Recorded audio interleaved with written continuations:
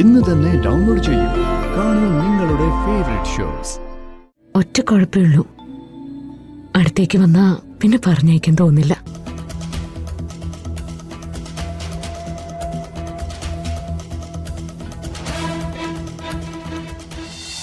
അയാളെ എടുത്തിട്ട് നന്നായിട്ട് തല്ലുകയും ചെയ്തു. വരുൺ അങ്ങനെയൊക്കെ ചെയ്താ അവര് പ്രതികാര ബുദ്ധിയോടെ വേറെ എപ്പോഴെങ്കിലും.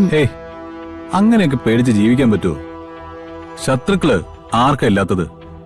പിതാ മേഡത്തിന് ശത്രുക്കളില്ലേ? നമുക്കൊരു ശത്രു ഉണ്ടെന്നും പറഞ്ഞ് പുറത്തിറങ്ങാതിരിക്കാനൊന്നും പറ്റില്ലല്ലോ. ശത്രു അവന്റെ ബലം കാണിക്കുമ്പോ നമ്മൾ തിരിച്ചു അത് കാണിക്കണം. അതാണ് ഞാൻ പഠിച്ചിട്ടുള്ളത്. ഞാൻ ശ്രദ്ധിക്കാൻ വേണ്ടി പറഞ്ഞതേ ഉള്ളൂ. അതൊന്നും കുഴപ്പമില്ല മേഡം. ഒരു കാര്യം എനിക്ക് മനസ്സിലായിട്ടുണ്ട്. ഇയാൾക്ക് വേണ്ടി ഫൈറ്റ് ചെയ്യുമ്പോഴേ എനിക്കൊരു പ്രത്യേക എനർജിയാ. അമ്മയുടെ മകള് അത്രയ്ക്ക് എന്റെ മനസ്സിലുണ്ട്.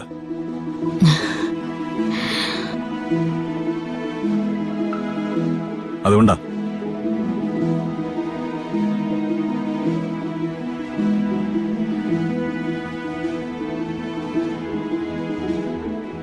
அம்மா அந்த பொண்ணுக்கு பைத்தியம் ஒன்றும் இல்லாம நான் நினைச்சிட்டு. அதுக்கு என்ன காரணம்? அது எனக்கு தெரியாதம்மா.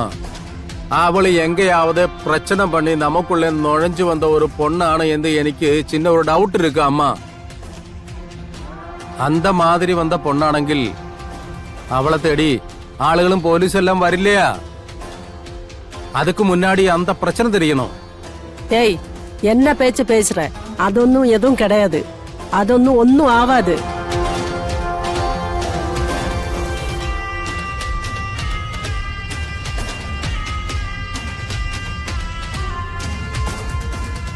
டேய், அவளை கூப்பிடுறீ.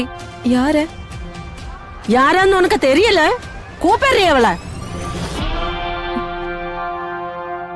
മോളെ വാ വാ.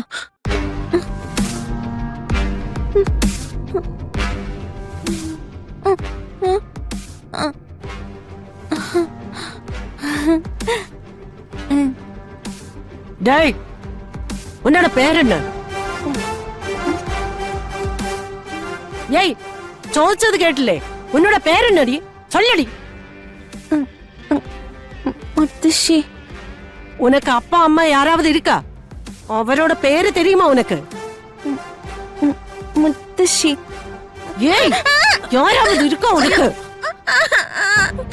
இருக்குதாடி? சொல்லடி.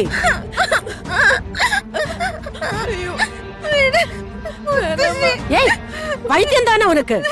எவ்வளவு மருந்து வாங்கி கொடுத்த, எவ்வளவு பணம் செலவாக்கிட்ட, ஒண்ணுமே கிடைக்கல. எவ்வளா வாடி எங்க? அக்கா வேணாம், இனி ஏதாவது பண்ணியாச்சுன்னா சத்து போகும். எனக்கு காசு வேணோடி. நான் ஒரு போன் போட்டா இந்த கண்டிஷன்ல இவளை கொண்டு போவ சேர்த்தோட ஆளு வரும். 2 நாள் கூட நான் பாப்பேன். அதுக்குள்ள இவக்கு போதம் வரல, இந்த ஆத்துல முக்கி சாவடிச்சிடுவேன். ஏய், ஏதாவது வேஷம் போட்டு நீ இதுக்குள்ள நுழைஞ்சேன்னு தெரிஞ்சா உயிர் இருக்காது. போடி. ஐயோ மோளே, போட்டு அழாதம்மா, அழாதம்மா.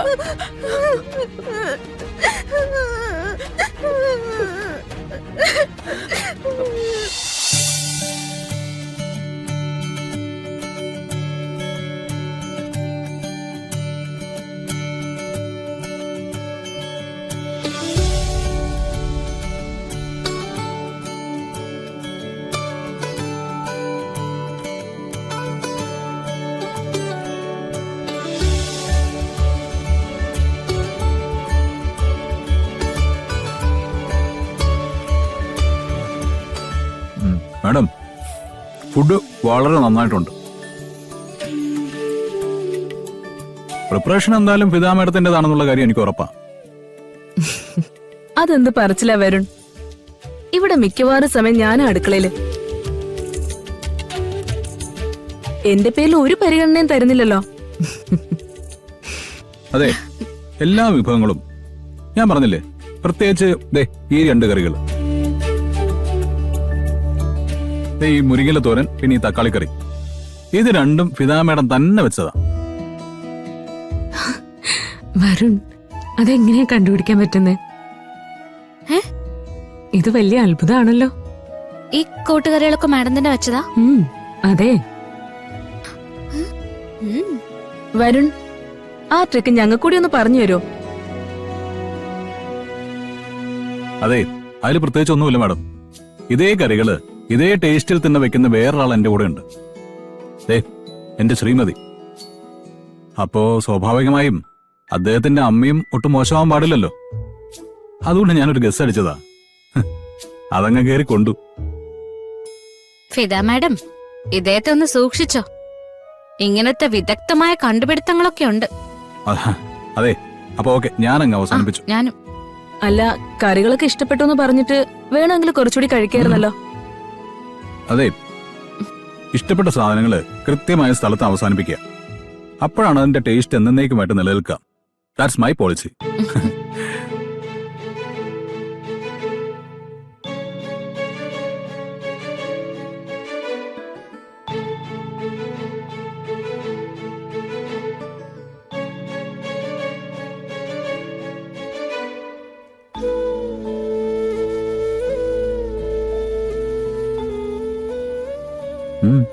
അവർ കാണുന്നുണ്ട്. ഓടി വന്നേ. മിണ്ടായിരിക്കും, അവർ അവരെ കാണുന്നുണ്ടെന്ന്. കണ്ടാലും കണ്ടില്ലെന്നേ നടിക്കൂ.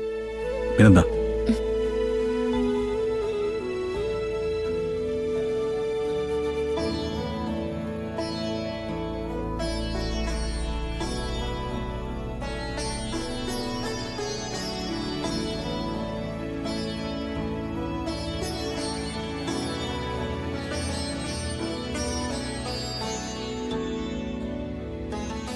ഇനി നമുക്ക് കുറച്ചു നേരം സംസാരിച്ചിരിക്കാം. അയ്യോ സോറി മാഡം, ഇന്നെനിക്ക് അത്യാവശ്യമായിട്ടൊരു മീറ്റിംഗ് ഉണ്ട്. വളരെ ഗൗരവമായിട്ടുള്ളൊരു മീറ്റിംഗാ. ഒരു കാര്യം ചെയ്യാം, ഇനി വരുമ്പോഴേ കുറച്ചധികം നേരം ഇരിക്കാം. എന്താ?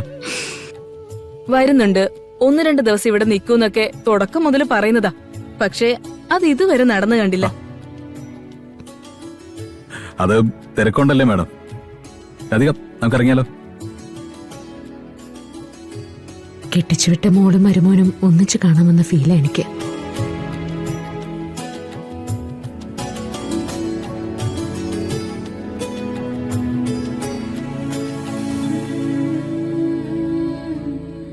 ഒറ്റ കുഴപ്പമേ ഉള്ളൂ, അടുത്തേക്ക് വന്നാ പിന്നെ പറഞ്ഞയക്കാൻ തോന്നില്ല.